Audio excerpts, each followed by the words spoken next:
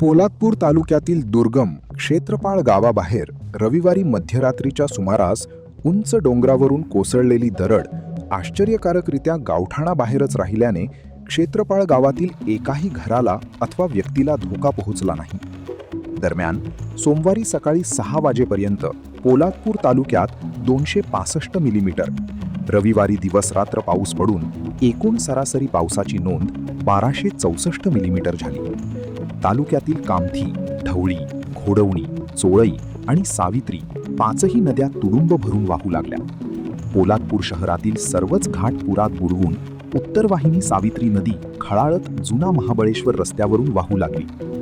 बंद आंबेनळी घाटातील रस्त्यावर दरडी कोसळण्याच्या घटना कायम असून कशेडी घाटातील भुयारी मार्गापलीकडे देखील कशेडी टॅप पोलीस चौकीलगत महाकाय दरड कोसळण्याची घटना रविवारी रात्री घडल्याने वाहतूक ठप्प राहिली.